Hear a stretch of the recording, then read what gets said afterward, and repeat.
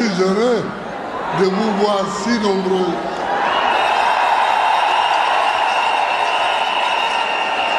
Je voulais qu'on cause un peu, qu'on discute un peu.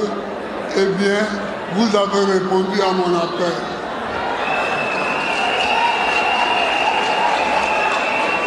Comme je suis historien, je vais commencer par l'histoire.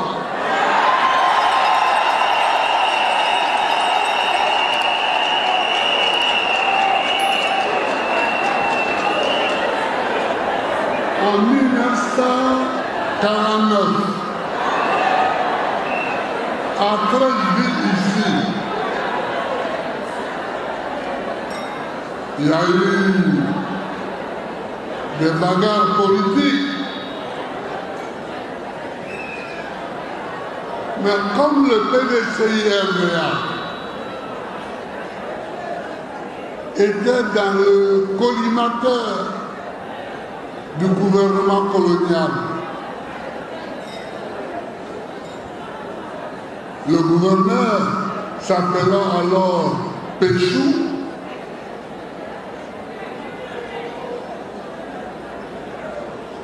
ils ont arrêté tous les grands militants du PDCI et ils les ont mis en prison à Bassam.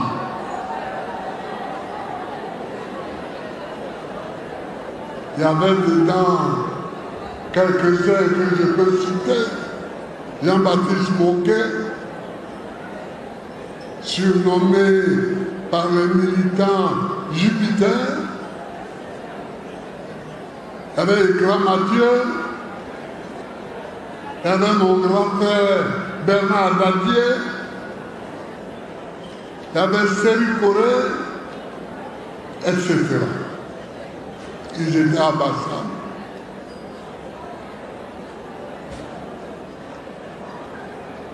Les femmes ont lancé un appel, les femmes.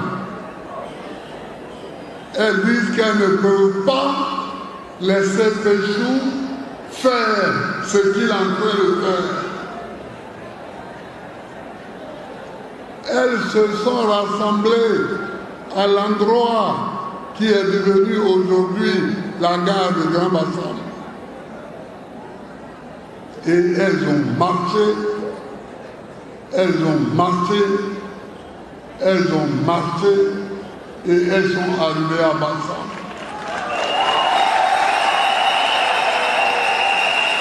Elles sont allées directement à la prison. Ça a été chaud, mais ça a été ça la lutte. Finalement, elles ont obtenu gain de cause. Elles ont obtenu la libération des militants qui étaient arrêtés.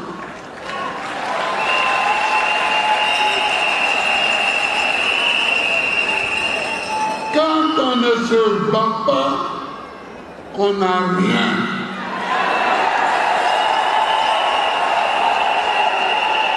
C'est quand on se bat qu'on obtient la liberté.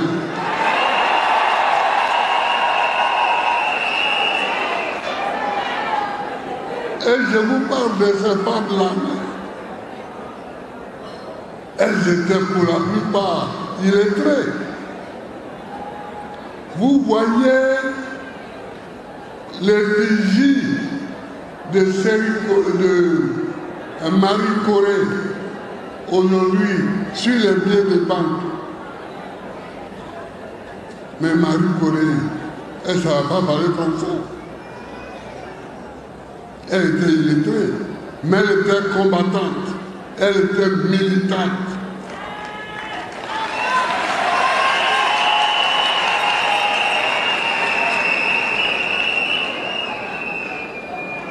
Et plus proche de nous ici, en 1990, le FPI a décrété que le 30 avril serait la fête de la liberté.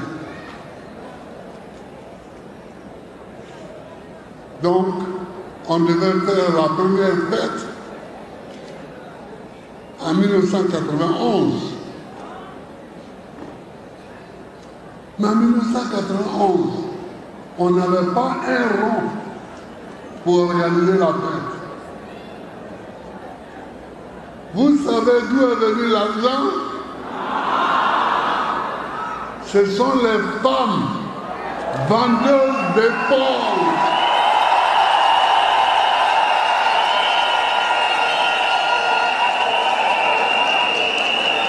Les femmes vendeuses d'éponges à Koumassi, à Marcory, à Treichville, c'est elles qui sont venues me voir à notre siège pour dire, secrétaire général, on voit que tu as des difficultés. Elles ont détaché leur Keiba.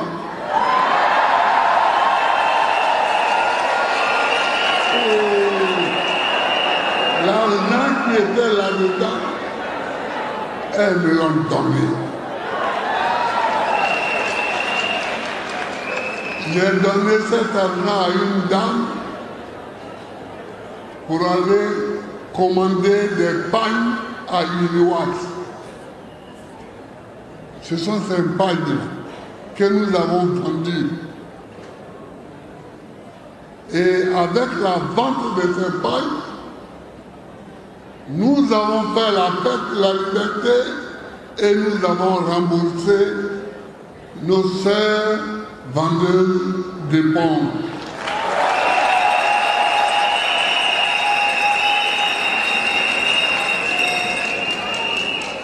Je vais me limiter à ces deux exemples pour dire une chose.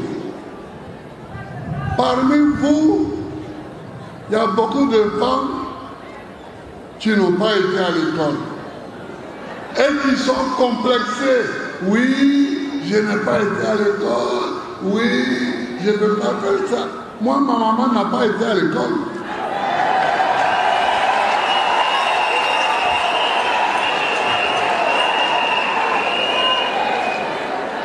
Ma maman Gado Marguerite, elle n'a pas été à l'école. Mais elle vivait en ville.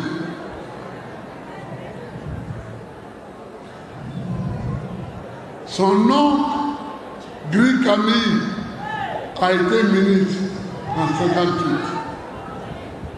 Gado Marguerite dit, il faut que mes enfants aillent à l'école le plus loin possible.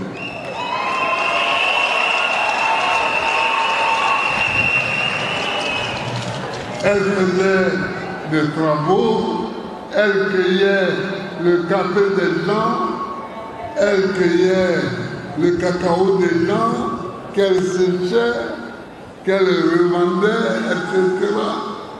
Jusqu'à ma soeur Jeannette et moi, ma maman s'est occupée de nous à l'école et nous sommes devenus ce que vous voyez aujourd'hui.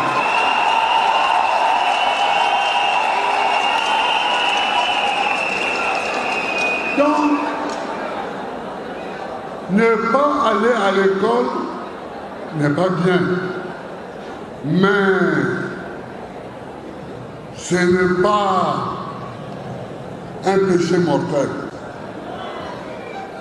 Si vous n'avez pas été à l'école, vous pouvez lutter, vous pouvez vous battre, vous pouvez faire les choses pour que votre pays avance.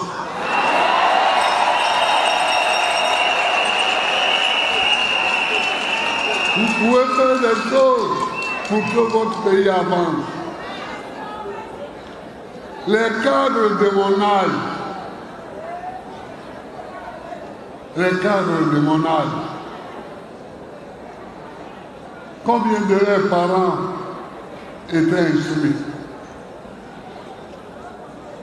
Pas beaucoup. Pas beaucoup. Quand papa était policier, était d'abord travaillait sur les chemins de fer, les cheminots, puis policier à Agoville.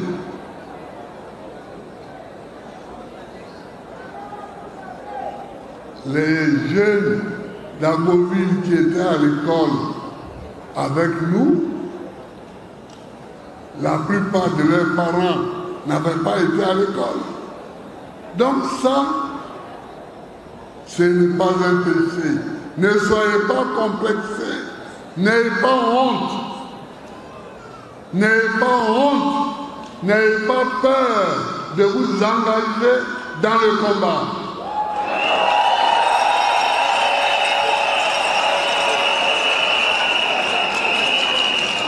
L'ignorance n'est pas bien, mais l'ignorance n'empêche pas de lutter. Mais on peut corriger l'ignorance et on doit corriger l'ignorance. On doit corriger l'ignorance en construisant aujourd'hui des écoles dans chaque village. On doit construire aujourd'hui des écoles dans chaque village. Et les jeunes filles et les jeunes gens doivent pouvoir aller au collège. Parce qu'on doit multiplier les collèges. On doit multiplier les collèges. Partout pour que les jeunes filles aillent au collège le matin et reviennent l'après-midi. Pour que les jeunes gens aillent au collège le matin et reviennent l'après-midi. Dans mes engagements, j'ai dit ça. Qu'il faudra que ce pays soit couvert d'écoles partout. Écoles primaires dans les villages, collèges et lycées dans les centres de sous-préfecture ou des communes. Il faut apporter l'enseignement aux enfants. C'est pas parce que les femmes ignorantes ont fait des grandes choses pour la libération de la Côte d'Ivoire que nous devons laisser les enfants dans l'ignorance. Nous devons les aider. Nous devons les aider à être instruits et instruits. Nous devons les aider. Donc ça, c'est la première chose que je voulais vous dire. Et puis l'engagement des femmes en politique. Mais qui a dit que la politique était réservée aux hommes? Qui a dit ça?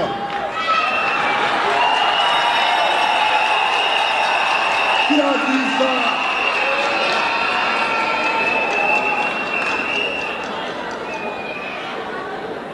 La politique n'est pas réservée aux hommes. La politique, c'est la gestion de la société.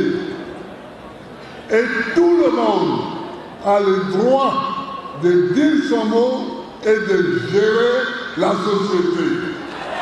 Les femmes comme les hommes.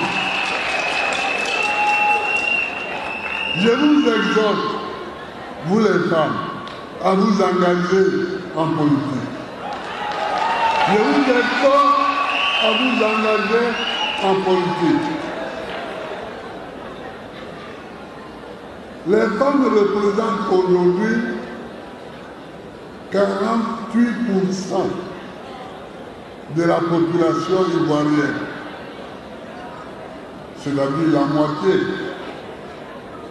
à peu près. On ne peut pas laisser la moitié de la population sur le bord de la route.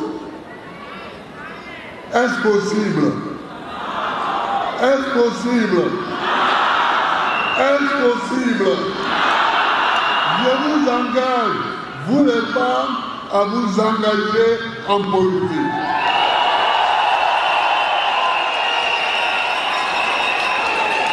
Je vous engage à vous engager en politique. Parce que la politique n'est pas réservée uniquement aux hommes. La politique n'est pas réservée uniquement aux hommes. Il se fait que, par la force des choses, les hommes sont plus nombreux, mais il faut changer les choses. Il faut changer cela et faire en sorte que les femmes deviennent de plus en plus nombreuses en politique.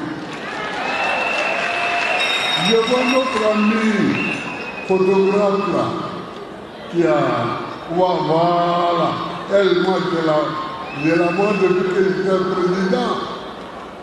Mais avant, est-ce qu'une femme était photographe? Avant, quand nous étions petits, il n'y avait pas de femme photographe. Vous savez, c'est comme ça que les choses doivent évoluer progressivement. Ce qu'on ne voit pas aujourd'hui, on doit pouvoir le voir demain.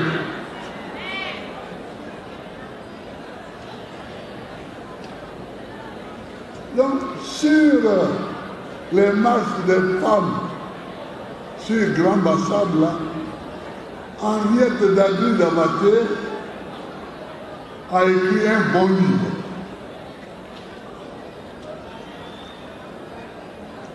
Pour celles qui peuvent acheter ce livre-là,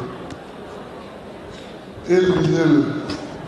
Vous allez trouver tous les noms de toutes les femmes et tous les noms de ceux qui étaient en prison.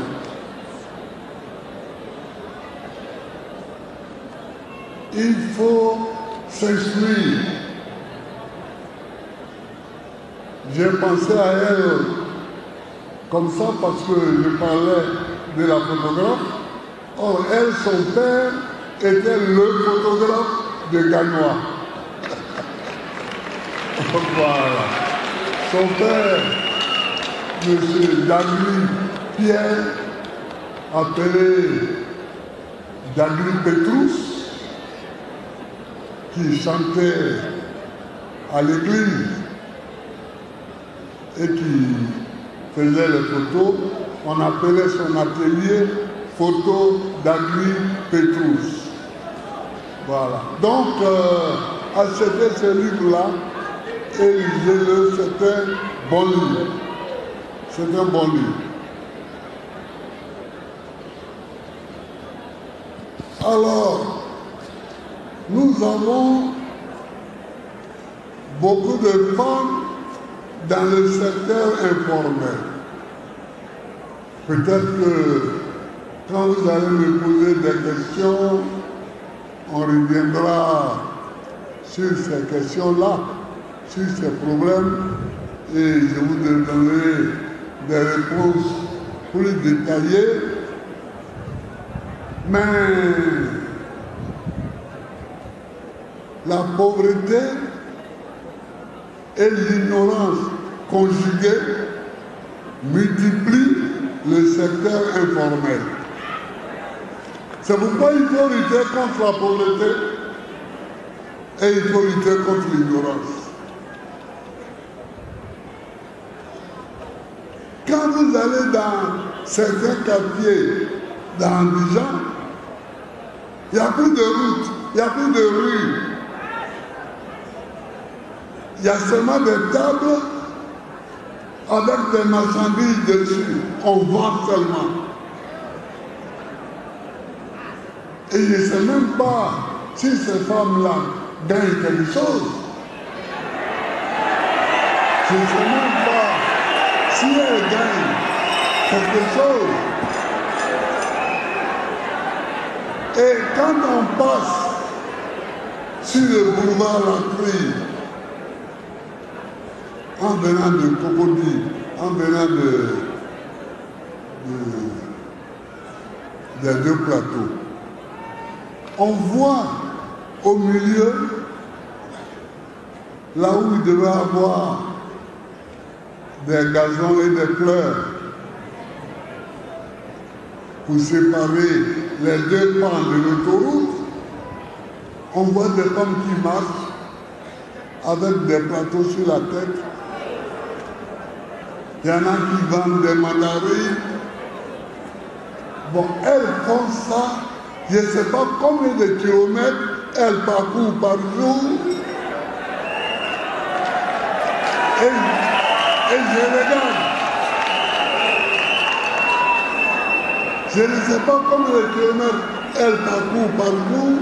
Et je ne sais pas combien de francs elles gagnent par jour. Parce que toi qui passes en voiture, ta préoccupation, c'est d'arriver vite au bureau. Ou bien d'arriver vite au rendez-vous où tu vas. Ce n'est pas de t'arrêter pour acheter une mandarine. Ce n'est pas de t'arrêter pour acheter des pamplemousses. Mais elles sont là. Elles marchent. Elles marchent. Elles vont. Et puis, quand elles sont allées assez loin de leur maison, elles reviennent. Elles marchent. Mais en même temps, ça fait pitié. Ça fait pitié pour ces femmes-là. Et en même temps, ça fait pitié pour le pays. Parce que on est dans un pays, voir que des personnes humaines sont obligées de confier leur sort, le sort de leur vie et de leur famille au hasard des passeurs dans la rue, ça fait pitié. Ça fait pitié. Alors quand tu arrives à Bobo, alors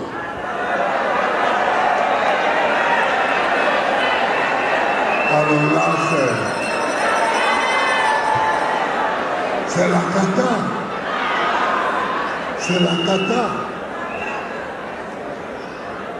Surtout quand tu vas des deux plateaux à Bobo, en passant derrière là-bas, vers l'église Saint-Ambroise.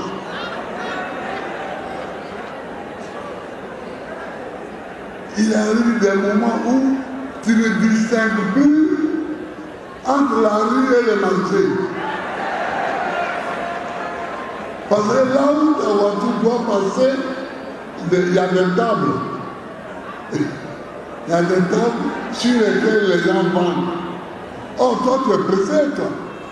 Parce que quand tu passes par là, c'est que tu vas à Jopé, ou bien à Nyama, etc. Non, mesdames, il nous faut redresser tout ça. Il nous faut redresser tout ça et il faut donner aux Ivoiriennes, aux Ivoiriens. Je veux dire, à ceux qui habitent la Côte d'Ivoire, il faut leur donner les moyens de gagner leur vie. Il faut leur donner les moyens de gagner leur vie de façon plus décente. C'est pas propre. Ce n'est pas propre et ce n'est pas décent. Moi, ça me fait pitié. Et surtout, quand tu vois des jeunes filles, des jeunes enfants, au lieu d'être à l'école, elles ont des paniers sur la tête et elles se promènent le long des rues. Elles parlent. Elles gagnent combien par jour? Elles gagnent combien par jour?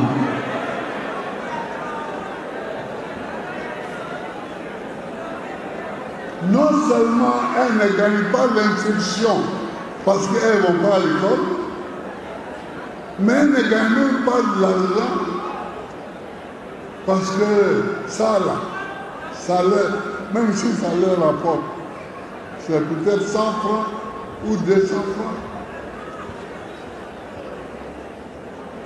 Vous comprenez? Alors, sur tout ça, il nous faut travailler, il nous faut agir, il nous faut réformer. Il nous faut réformer.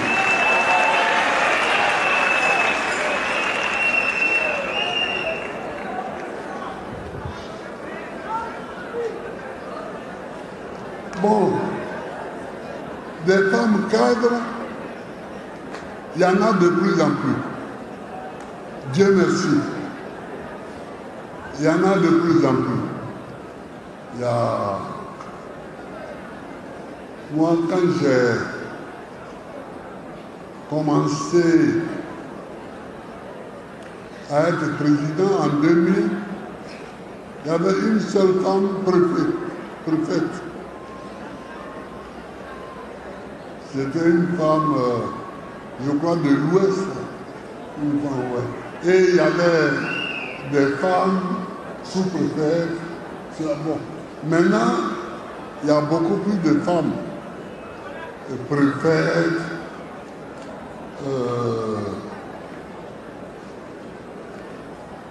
secrétaire général de préfecture, sous-préfète. Donc, ça va. Mais vous voyez, ça, c'est le résultat de mettre les enfants à l'école, de mettre les filles à l'école. Quand on les met à l'école, automatiquement, elles débouchent sur les mêmes métiers que les hommes. Il y a des femmes qui sont avocates. Il y a des femmes qui sont avocates. Il y a des femmes qui sont magistrates. Il y a des femmes qui sont professeurs. Et là, il y en a beaucoup dans l'enseignement. Il y a des femmes qui sont professeurs. Il y a des femmes qui sont institutrices. Bon, donc, il faut encourager les jeunes filles à aller à l'école. Et tous les partis politiques doivent faire cet encouragement. Et ceux qui sont au pouvoir, comme nous pensons que nous le serons bientôt,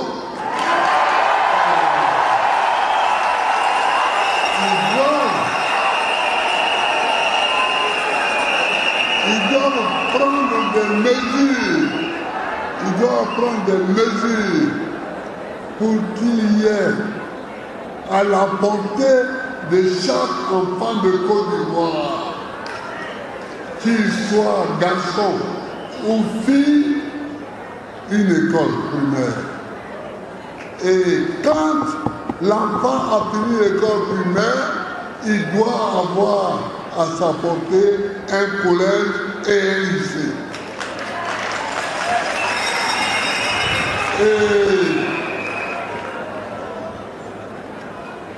au niveau de la décentralisation, c'était le sujet que je traitais au moment où on m'a arrêté en 2011. J'ai demandé à mon ministre de l'Intérieur de découper la Côte d'Ivoire en 10 régions.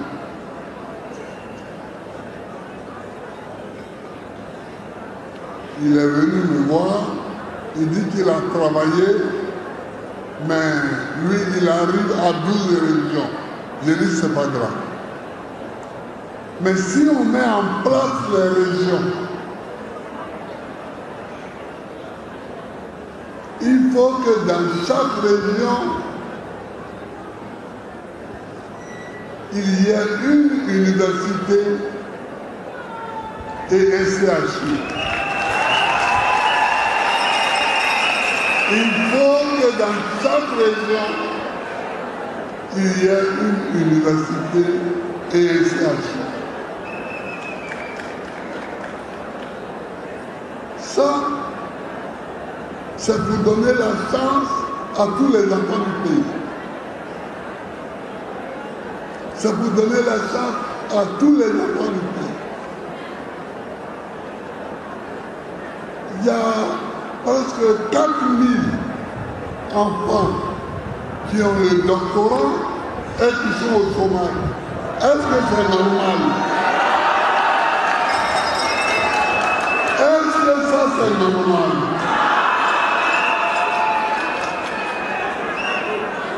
Bientôt, je vais discuter avec leurs représentants, puisqu'ils ont demandé à me rencontrer. Mais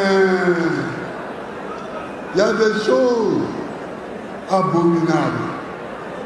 Il y a des choses abominables qu'il faut supprimer.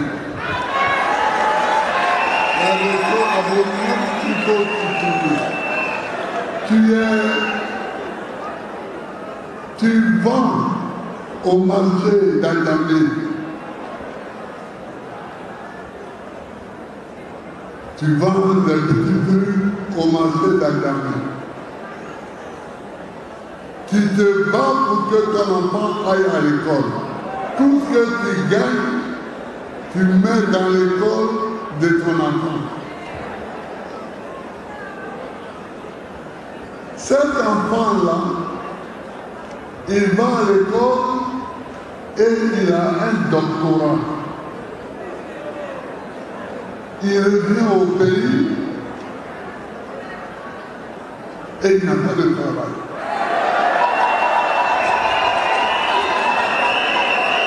Et il n'a pas de travail. Mais c'est la mère qui pleure d'abord. C'est la mère qui pleure.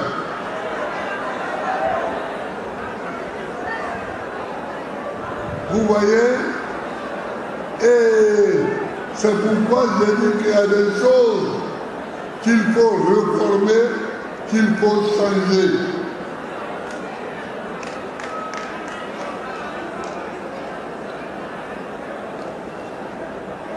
On est venu pour discuter, donc vous avez la parole bientôt pour parler et je vous répondrai. Donc je ne vais pas être trop long. Mais je voudrais dire un mot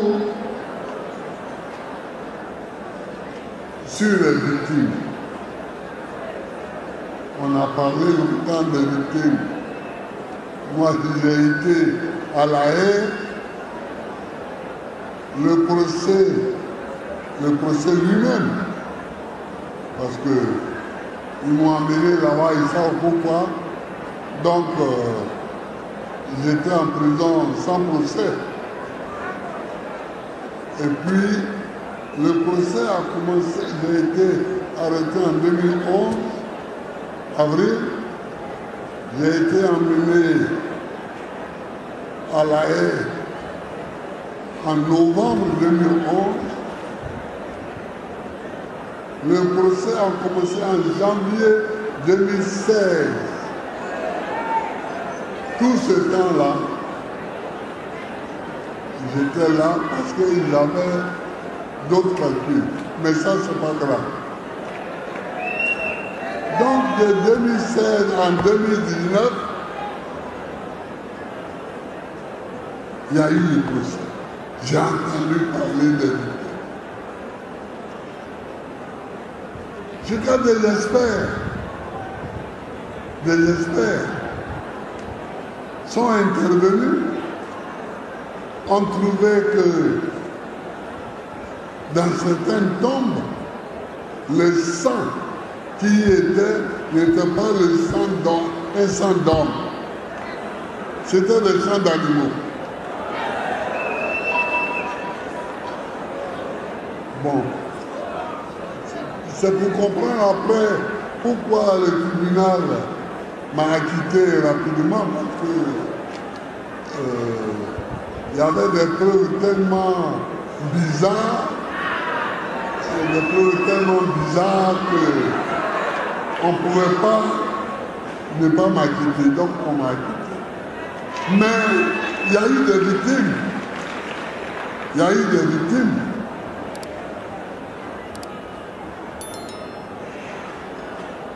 Surtout à Dieu-Pré. À Dieu-Pré, il y a eu beaucoup de morts.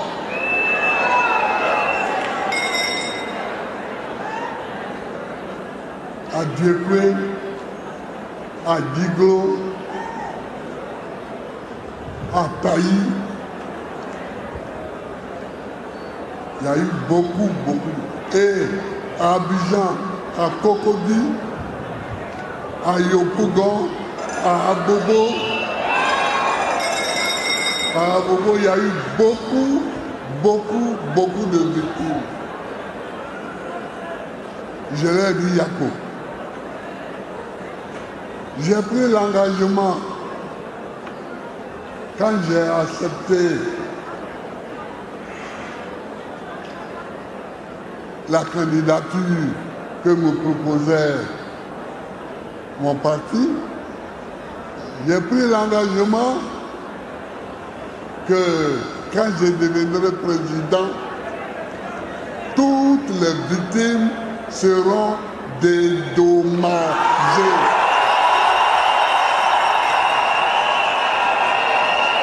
Que toutes les victimes seront dédommagées. Je vous remercie.